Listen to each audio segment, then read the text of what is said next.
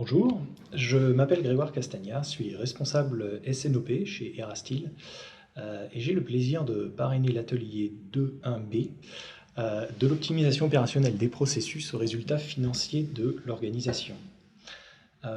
C'est la première fois que je participe à un MOOC en tant que parrain et c'est avec beaucoup de plaisir que j'ai découvert les contenus proposés, les axes de réflexion qui vous ont été soumis, ainsi que les exemples pratiques utilisés. C'est d'ailleurs à mon sens une grande force de ces cours que de proposer un échange entre des professionnels et des étudiants sur une base accessible, avec cette possibilité de vous montrer aussi directement que possible quelles sont les questions qui nous sont posées tous les jours dans le cadre de notre pratique professionnelle et quelles sont nos façons d'y répondre. J'ai pu lire sur le forum un certain nombre de remarques sur la précision de l'énoncé des questions dans les exercices ou les cas pratiques.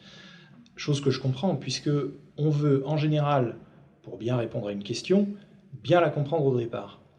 J'ai d'autant plus apprécié les réponses d'Anne et Michel, ainsi que les corrigés des exercices, qui montrent qu'il n'existe pas une bonne réponse, mais qu'en fonction de la situation de l'observateur d'une foule de paramètres, on peut répondre correctement de plusieurs façons différentes. Au-delà des exercices pratiques, la réalité ressemble rarement à un problème bien défini. Au contraire, les problèmes rencontrés sont souvent complexes et interconnectés. Donc la bonne analyse de ces problèmes, comme le choix des outils permettant de les résoudre, sont au moins aussi importants que la mise en œuvre de ces outils. Pour cette conclusion aujourd'hui, je voudrais partager avec vous les réflexions que j'ai eues autour de 3 sujets. La mesure de la performance, dans un premier temps, l'optimisation des processus et le design de la supply chain. La mesure de la performance est au cœur de la question de l'excellence. Pour savoir si on est bon, si on travaille aussi bien que possible, il faut être capable de se mesurer. Avant de se précipiter pour construire une balance scorecard ou n'importe quel autre outil à la mode, il faut absolument se poser la question de ce qui est important pour mon entreprise, qu'est-ce qui fait que j'apporte un plus à mes clients, sur quoi est-ce que je dois être compétitif. Et quand on se pose ces questions, il faut comprendre sa supply chain. Quelle est la valeur ajoutée que mon action apporte à mes clients? La première étape de la mesure de la performance est donc pour moi la modélisation des processus. Alors, je ne vais pas parler de BPM, c'est un champ passionnant, mais je me limiterai à souligner l'importance de bien comprendre ce qu'on fait. Beaucoup de gens ne se posent pas vraiment la question « qu'est-ce que je fais ? Quel est l'intérêt de mon action ? Qu'est-ce que j'apporte à l'entreprise et à mes clients ?» C'est souvent une question à laquelle la réponse est complexe. C'est pas simple de savoir qu'est-ce qui, dans mon action quotidienne, a une valeur ajoutée, dans quelle mesure, est-ce que je le fais bien, ainsi de suite. Et au-delà du cas personnel, on doit chercher à comprendre comment les actions des différentes parties prenantes de l'entreprise interagissent. Ces différents niveaux d'agrégation vont nous permettre de se faire une image globale de la supply chain, et donc petit à petit, pas à pas, d'identifier ce qui est important que chaque processus fasse pour que l'ensemble soit performant.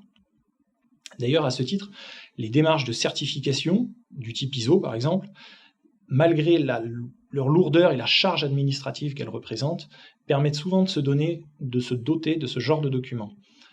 On va chercher en début de démarche de certification quels sont les processus importants pour l'entreprise et pour chacun de ces processus, quels en sont les objectifs, les indicateurs qu'il va utiliser, et ainsi de suite.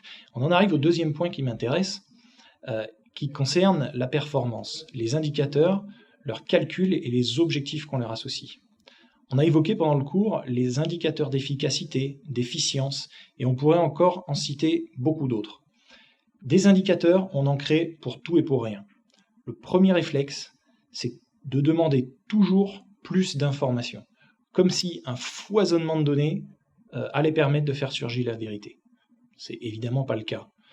Pendant plusieurs années, j'étais administrateur du système de business intelligence de mon entreprise, donc j'en parle d'autant plus librement. Les indicateurs quantitatifs sont nécessaires pour permettre un pilotage informé. Tout l'enjeu, c'est de choisir les bons indicateurs, d'en choisir le bon nombre et de les utiliser correctement.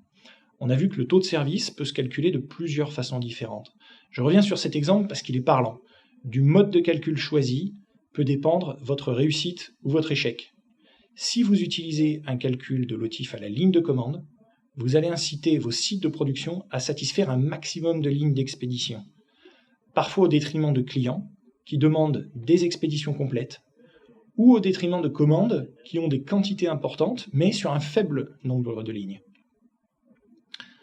Si je reprends ma casquette de responsable SNOP quelques instants, on trouve également ce genre de questions.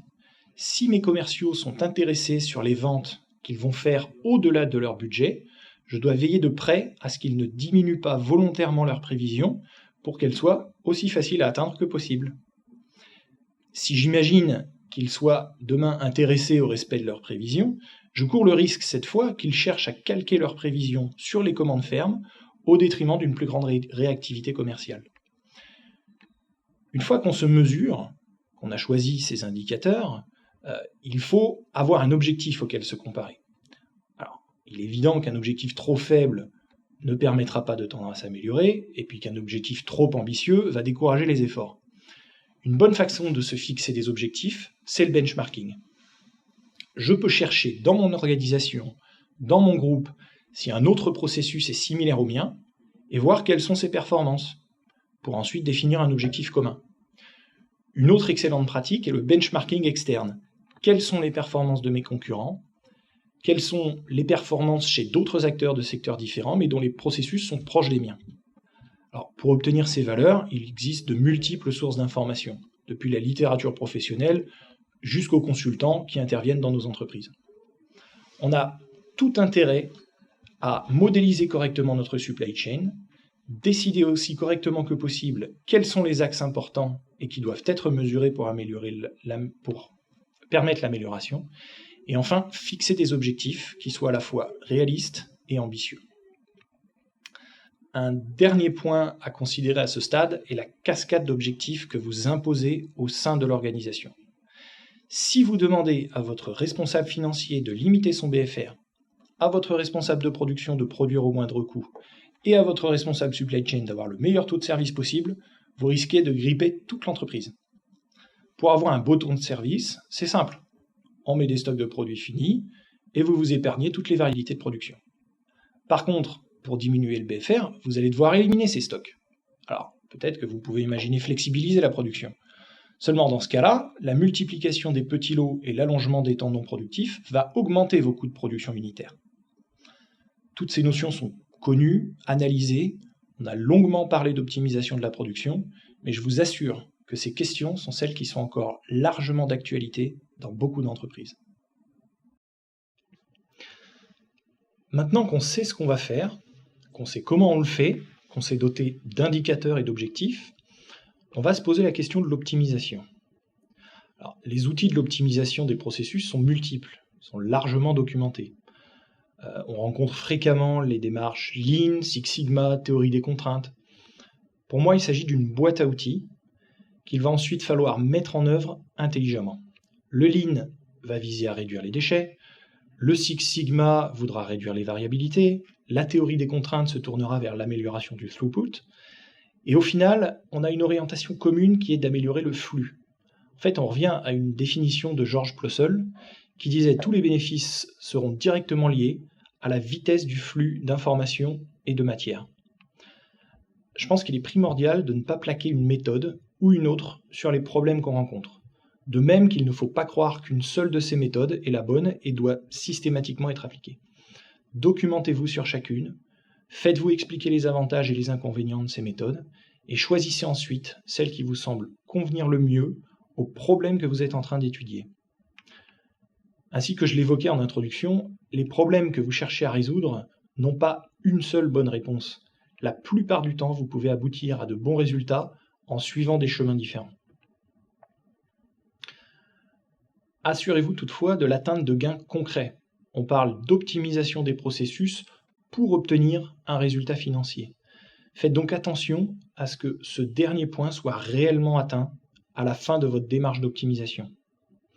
Si vous pensez réduire le nombre de ressources nécessaires après une démarche d'optimisation, assurez-vous qu'à la fin, ces ressources sont effectivement soit éliminées, soit redéployées sur d'autres missions. Améliorez votre efficacité de production pour ensuite laisser vos outils et vos équipes à l'arrêt parce que vous en aurez besoin plus tard, n'a pas vraiment d'intérêt en soi. Un autre point de l'optimisation de vos processus, c'est de toujours penser amélioration continue. Quand vous avez terminé d'améliorer un processus, enchaînez sur le suivant. On peut toujours faire mieux et on doit toujours s'assurer que ce qu'on a déjà amélioré ne dérive pas à nouveau. Il faut donc structurer sa démarche pour mettre ces processus sous contrôle et revenir régulièrement à l'image globale de votre supply chain pour vous demander quel est le prochain processus qui doit être amélioré. Au-delà de l'optimisation de vos processus, rappelez-vous que le design global de votre supply chain a un impact majeur sur votre performance. L'exercice 4 du MOOC vous a permis de toucher du doigt le genre de questions qu'on va se poser. Plus je décide de positionner un stock vers l'aval de ma supply chain, plus je réduis le lead time perçu par le client, ainsi que les variabilités des opérations de production restantes. Je vais par contre probablement détériorer mon indicateur d'efficience.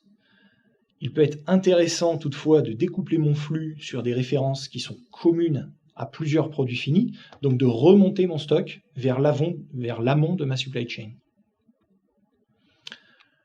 Donc vous avez là une limite à votre démarche d'optimisation de vos processus, puisque le cadre des améliorations que vous allez chercher à atteindre est défini par le design de votre supply chain. Il faut donc que vous remettiez régulièrement en cause votre façon de fonctionner, que vous vérifiez les hypothèses qui vous ont fait prendre certaines décisions importantes, l'ouverture ou la fermeture de capacités de production, leur localisation, les routes industrielles et logistiques que vous mettez en œuvre, les découplages que vous positionnez. Tout est à remettre en cause régulièrement. Ce sont ces remises en cause du design général qui vont vous donner le cadre global de votre supply chain et derrière la liste des processus que vous allez chercher à optimiser. Et ce sont également souvent ces remises en cause qui vont vous permettre d'effectuer des ruptures sur les gains que vous cherchez à atteindre. Pour faire rapidement une conclusion à la conclusion, je pense qu'il est particulièrement important quand vous rencontrez des problèmes professionnels d'optimisation de vos processus, d'abord de prendre de la distance et de prendre le temps de l'analyse. Ne le faites pas dans l'urgence parce qu'il y a un problème important ou un autre qui vient de se poser et tout de suite on va chercher à mettre en place des grosses démarches avec des noms ronflants qui sonnent bien à l'oreille. Il faut prendre le temps de réfléchir à ce qu'on est en train de faire. Choisir le bon outil, pas écouter la dernière proposition qui vient de vous être faite, quantifier les objectifs d'amélioration et obtenez-les. Allez jusqu'au bout, obtenez les améliorations que vous visiez par votre démarche d'optimisation. Enfin, quand vous avez terminé, vous recommencez. Et périodiquement, vous remettez en question l'organisation globale, la supply chain globale, de façon à essayer de coller au mieux aux besoins du client et donc essayer de satisfaire le besoin de vos clients.